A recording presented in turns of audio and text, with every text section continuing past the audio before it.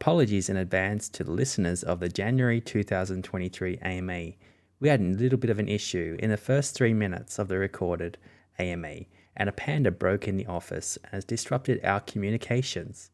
In this AMA, we cover a variety of interesting highlights for January, which include opening the daily Discord channel, roadmap voting, thanks token liquidity overall, as road to DAO next steps. So tune on in to the January 2023 AMA.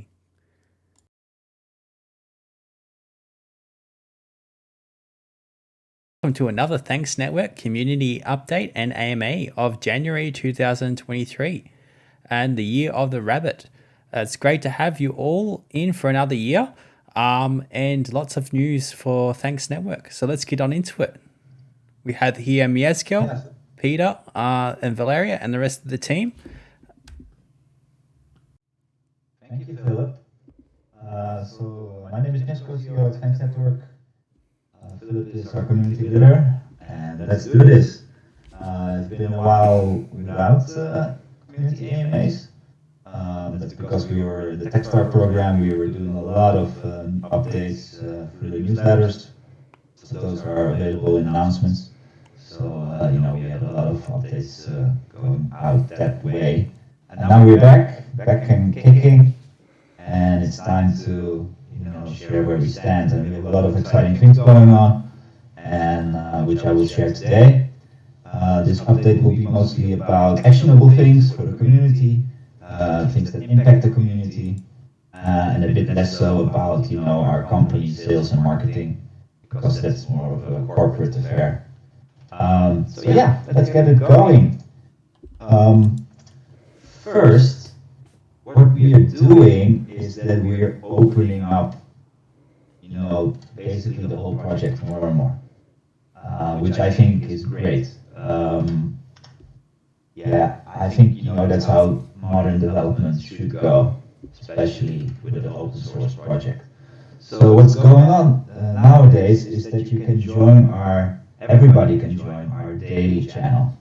It is hashtag Rocket Daily, it's the name. It's under the general tab on Discord. And then there you have the core team discussing day by day what they're doing, what's up, any real work being done can be followed. Especially Peter is super disciplined in sharing every detail he's working on, so you can really keep track of things that are going on. And if you wish to, you could consider contributing somewhere or sharing some knowledge. I think we've been doing this for a few weeks. I think the responses we saw were very positive. I think we will keep this up, and if you keep this up for a long time, you'll see that the community will be able to engage better, and you'll get some contributions going. So yeah, open daily, join it, check it out. It's really nice, and it will be that way going forward. What goes hand in hand with this is the open roadmap. So also new and available on roadmap.thanks.network. And what you can see over there is, it's almost self-explanatory, but you can see all the recent features that are completed, which are in progress and which are planned. So basically you see what's going on in terms of product development in the near weeks and months. It's almost for the entire year, although it's usually the closer weeks and months are more accurate. So that's really cool. It goes hand in hand with the Open Daily channel. You can really keep track of what's happening.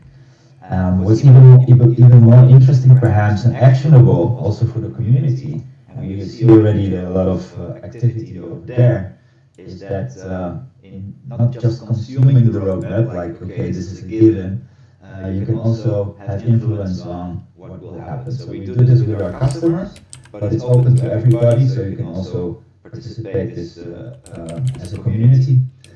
You can simply upload stuff that's valuable Ah, Craig joined us for a recording, the Discord bot. Um, yeah, I'll just carry on. It's you can upload existing items. You can also comment on them if you want to go into some more detail. Um, or I think you can even suggest new features. But yeah, the most important thing is to check it out. I think it's a really great improvement to a more open, project going forward. The link is provided in the slides. And to top it all off, what also is new and very, you can almost follow everything as it is happening live, is product updates on Discord. So we are almost adding and improving things every day or every week. And all of these updates are summarized in short posts in the product channel. You can immediately check it out, test something if you want to, comment on the features, ask questions. I think it's super cool. So hashtag product also open to everybody. That was it from a openness perspective. Great set of improvements for the community to keep track of our project, and I think I think it's a good step forward. Like we did always do in our AMAs, we'll take a quick look at the liquidity of the THX token, the state of the treasury. So this was snapshots of all the pools taken yesterday. So let's take a quick look how we stand. This is the raw data. So let me comment on things. So because just seeing this probably doesn't mean that much to anybody. So this is the total liquidity available in pools that have things in it, and any treasury holdings that of the community that might not be thanks. And you see that the total is a bit over $1 million, which actually is an increase over the last snapshot we took. I think it was something at the end of the summer. So it's stable and it's increasing, which is a good thing, especially in the bear market we've been seeing the last couple of months. So I think we can be pretty happy about that. So let me explain a few things about the things that are new, and therefore quite interesting, and quite a lot of work went into it to make it happen actually. So at the top we always had a balancer pool. This is a pool consisting of 80% FANGs and 20% USDC, and it's 600k big, and this is the main liquidity pool. It's relatively big for early stage project as ours. So this is where a lot of trading happens. It's on Polygon. Next to it, and this was a new pool established with talking to the balancer community, because the balancer basically is changing their business model to involve yield-bearing tokens, and you only can get incentives on these type of pools, and usually they only award those to 50-50 pools, meaning that you can have 50% of your own token and 50% of a yield-bearing token, in our case staked Matic. So talking to them, it was already a few months ago. A vote went to their community to approve our new pool, our new reward gauge. I'm not sure how to pronounce that, but yeah, that's the terminology. And we're very happy that the vote went through, which is not an easy feat. I think you need a 3 million vote quorum, so you need quite a bit of support from big influential community members. But it was voted in, and now we have a new balancer pool, which is earning quite high rewards. So it's a bit smaller, and it's more like the first one is mostly community treasury owned, This one is mostly users in there, which makes sense. Look, they are holding FANGs but still looking for some yield. And at the moment it's up to 75% APR a year. So that means if you put $1 in, you'll get over a year you'll get 75 cents in BAL tokens. BAL has been relatively stable the second part of the bear, so that's super nice. You basically get rewarded while still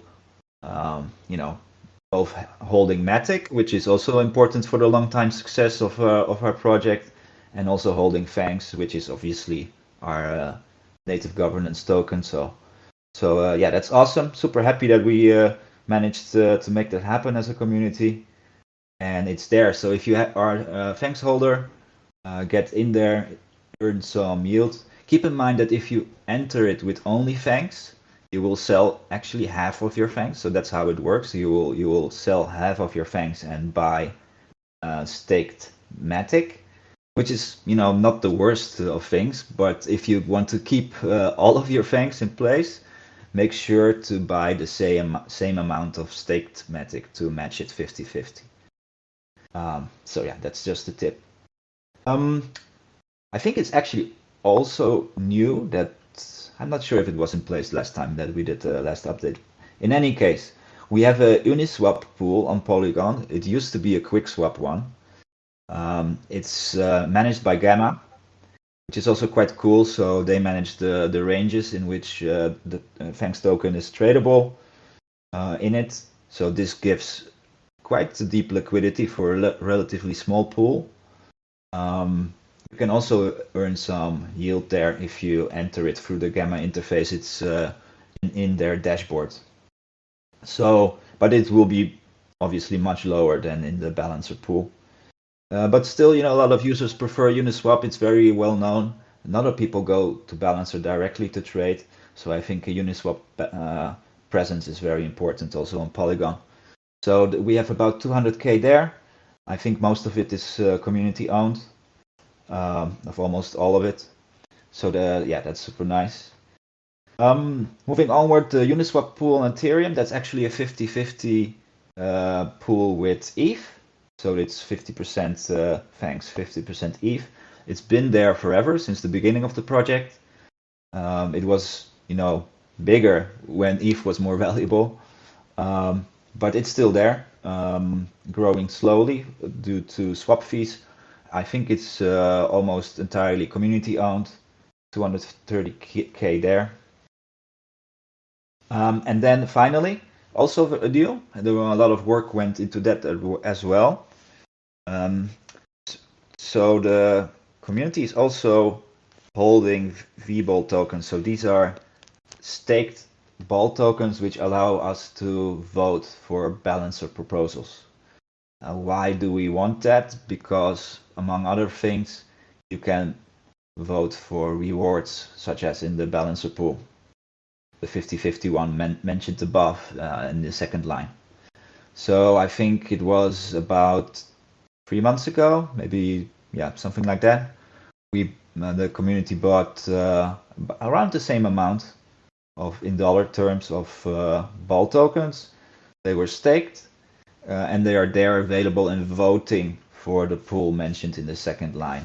So the balancer 50-50 pool on Polygon.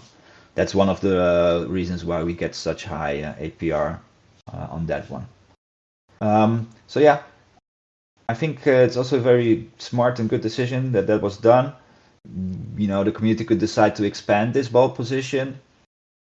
Probably not the highest priority in a bear. Let's see how this plays out. But that's just my personal opinion. Yeah, and also an opportunity to participate through voting in a different community. I think Balancers is a great project, which is quite fundamental to the DeFi space. So in total, I already mentioned that at the beginning, there is a bit over $1 million in liquidity total. It's about 75% treasury owned, so there are quite a bit of funds available. The rest is users supplying liquidity, earning yield. So yeah, pretty cool and also stable. Philip, any questions about this? Do you want to expand something? Otherwise, I'll just power on to the next one.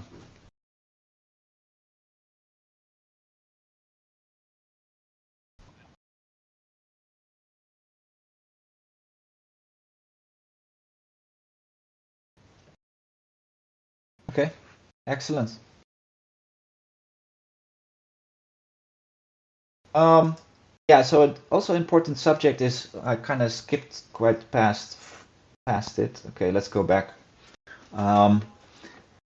So obviously we have token holders, right? I think there are about 800 big and small, a few very large ones, a lot of medium-sized ones, and also a long tail of small ones. We have some capabilities to participate in the community. There is a discussion on the forum. There are some proposals, mostly from the core team right now. So one could say that there is something like a DAO happening or existing. At least there are token holders. However, what we are learning through the time, so there are actually two things that are happening. On one hand, we want to give token holders a bit more power over things like the community treasury, some more direct participation and influence on how that's spent. But on the other hand, what also popped up in the things I've been working on in the last couple of months, especially in Europe and also in the Netherlands, but actually all over the world, there is some concern about actual legal status of DAOs, and especially also token holders. So what you see in the US, for example, is that there is this idea that token holders potentially could be held liable for actions that happen with community funds and things like that. And this is a tricky subject, and unfortunately, nobody has any real answers quite yet. Nevertheless, I think this is something we should take seriously. And I'm working with the Dutch Blockchain Coalition to get some more clarity on the legal status of token holders. I think it's not of such a big concern in Europe yet, but I do believe that it will become in the future. Therefore, I think it cannot be ignored while establishing this structure of how the DAO could be controlled and get some legal opinion on board that this is done properly and that people are not held liable, because most of the token holders are, they are quite passive holders, and they are not, and I believe they should not be. My personal belief is that it doesn't necessarily mean that you're liable for all the actions taken by the DAO. Anyhow, so this is on the agenda. Step A, which was quite a bit of work as well to get everybody coordinated on this new workflow and everybody on board. You can follow it on the governance forum, the post about this. It was completed a few months ago, so super happy about that. So we have a workflow which was agreed upon by everyone, how actually submitting proposals work, how they are approved, and how they are moved to snapshot voting. So all of this is described, and it's on the forum, and it's formalized, and also the people deciding on this are set and decided who those people actually are. So this is probably one of the bigger steps actually in this process, except the new one, the legal status, which is a bit open-ended. So yeah, happy to get that out of the way and done. Then we have a bit of a more smaller one, internal one. The multisig could need a couple of new signers. So we need to evaluate how the signing performance has been. Like most projects, kind of look like, okay, who is signing the current proposals? Is everybody active? And if not, then people are switched or added. So we'll go through that process as well the next couple of months. Legal status, like I explained, is ongoing. It's a bit open-ended. So the first paper has been, I think I can share it in a couple of weeks.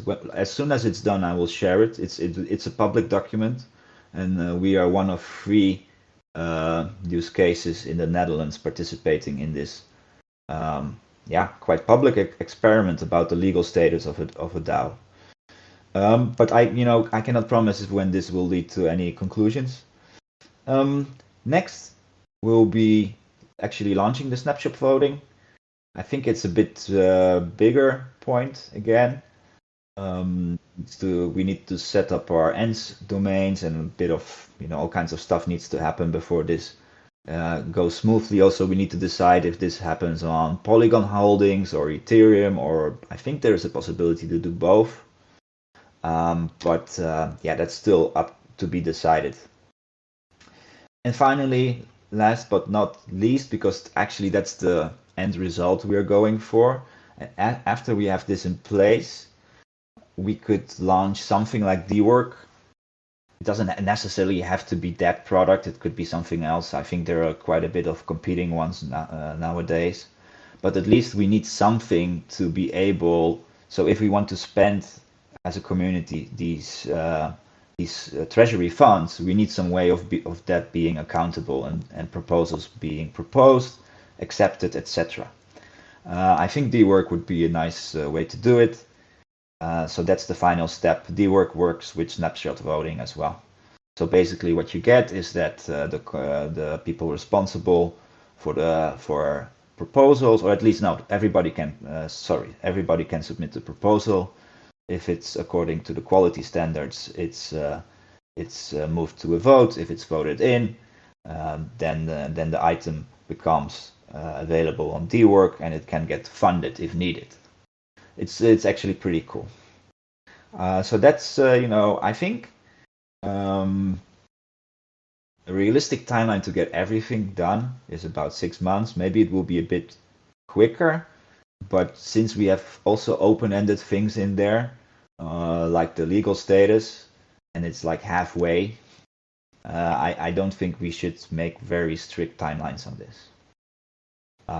But very exciting stuff, and like we explained last time, this will allow for accountable spending of treasury funds. The treasury is also slowly growing through swap fees. I think that's between 25 and 50K a year. So it could also be sustainable spending if it's not too radical, right? So that's a very interesting mechanism to co-found developments of the protocol, the project, etc. I think that's it for this item.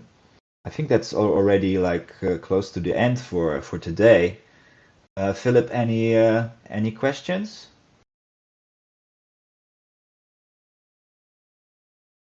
Doesn't matter. If you're back, I actually know the questions, so we had 1 or 2 questions coming in from the community.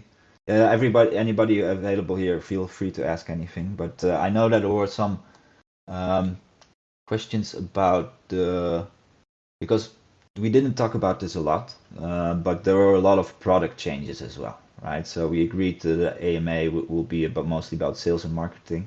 But I do want to highlight that we launched the widget, the loyalty widget, which is you can find it on our social channels, a bit of more of explanation about it, but it's really a quite radical redesign of how we present and offer the whole THX Network proposition. I think it's really cool, and you definitely need to check it out if you're a community member, token holder, etc. So to see it, it's quite easy. Just go to THX.network, THX.network. It's spelled, and you see it running in the right-hand corner. And then click it, and you see how our loyalty rewards, referrals, and all of that are offered right in your browser through a very easy to understand front end. So this is even much so. We always said it was easy to integrate, but we saw that our customers and users were actually having not a super easy time integrating this. because you had to use the API, you had to use the backend, all of this. All of this is eliminated. So now it's just really a copy paste of a piece of code. You do a setup of the rewards in your backend, and people can be up and running with the solution in 30 minutes, maybe a couple of hours. It's really become super easy and super fast. So yeah, really proud of that. The whole team has been working a lot on that. Peter especially. Stefan has been doing a great job together with Philip to approaching communities and projects to install it. And we'll see in the next couple of weeks, we will see projects actually putting it on their websites and in their apps and start using it. So yeah, very excited about that. So we didn't talk about a lot about that, but if you missed it, check out the social channels. There's a bit of explanation there. And yeah, the easiest way is to test it on our website, or even get it yourself. Yeah, I think that's about it. So we covered a lot. So we talked today about open development that's going on, the open daily, the new product channel, the open roadmap. So roadmap.THX Network. We had the liquidity overview, so 1.1 million of liquidity available, 75% community owned. And at the end, we expanded on the road to DAO. So our efforts to give the token holders a bit more power over the treasury, and our next steps, which include a bit of research about the legal status. And then after we know what that legal status might be, voting and accountable spending. That's the summary. Thank you for listening in. I'm not sure if you have sound again, Philip. If not, I want to thank everybody for attending. Maybe there are still some questions. Anybody, any questions? Oh, clear. Okay, excellent. So yeah, then round it up. It was actually half an hour exactly, so that's great. And see you next time. Bye bye.